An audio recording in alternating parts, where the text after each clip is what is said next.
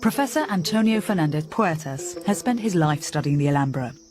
He's discovered that the whole of the building, from the ground plan to the wall decoration, is based around one single ratio.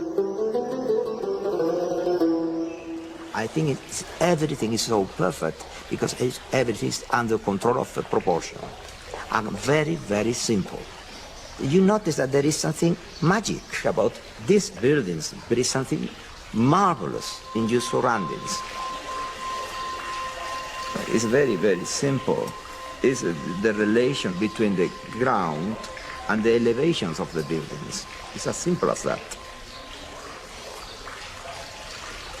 The king ordered a new palace. He has a limited area to build the palace. To west, east, and south, he was limited. Then he did something ingenious and beautiful. The King of Granada asked his architects to harmonise each and every space within the palace according to a single set of proportions, a family of rectangles, each related to the other. If you want to get proportional rectangle, you have the same base.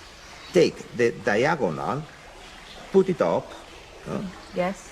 and you got successive rectangle, proportional rectangle.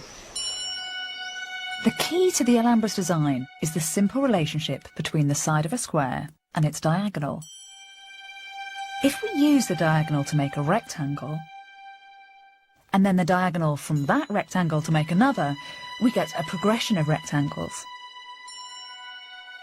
The fourth rectangle is double the size of the first, and the diagonals in this sequence are in fact the square roots of 2, 3, 4 and 5. A magical sequence. And are they doing all this just with two set squares and a piece of string? Yes. That's very clever. Yes.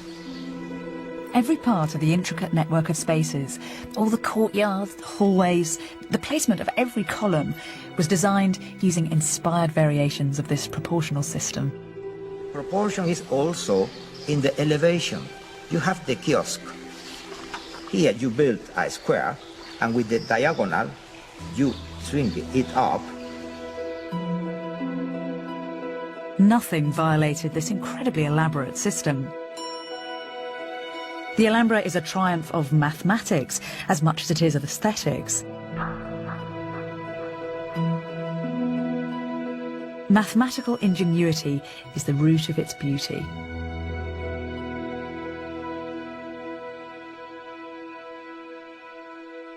But no one talks about this. Everyone looks at the Alhambra just as an aesthetic experience.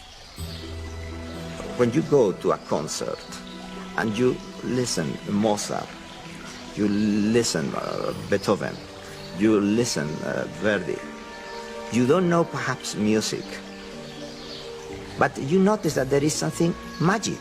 Yes. It happens with that the same. You feel it. The Alhambra is so enchanting. It's all too easy to view it as a fairy tale palace, isolated from history. But that is romantic nonsense. This palace was the product of a very real, very gritty history.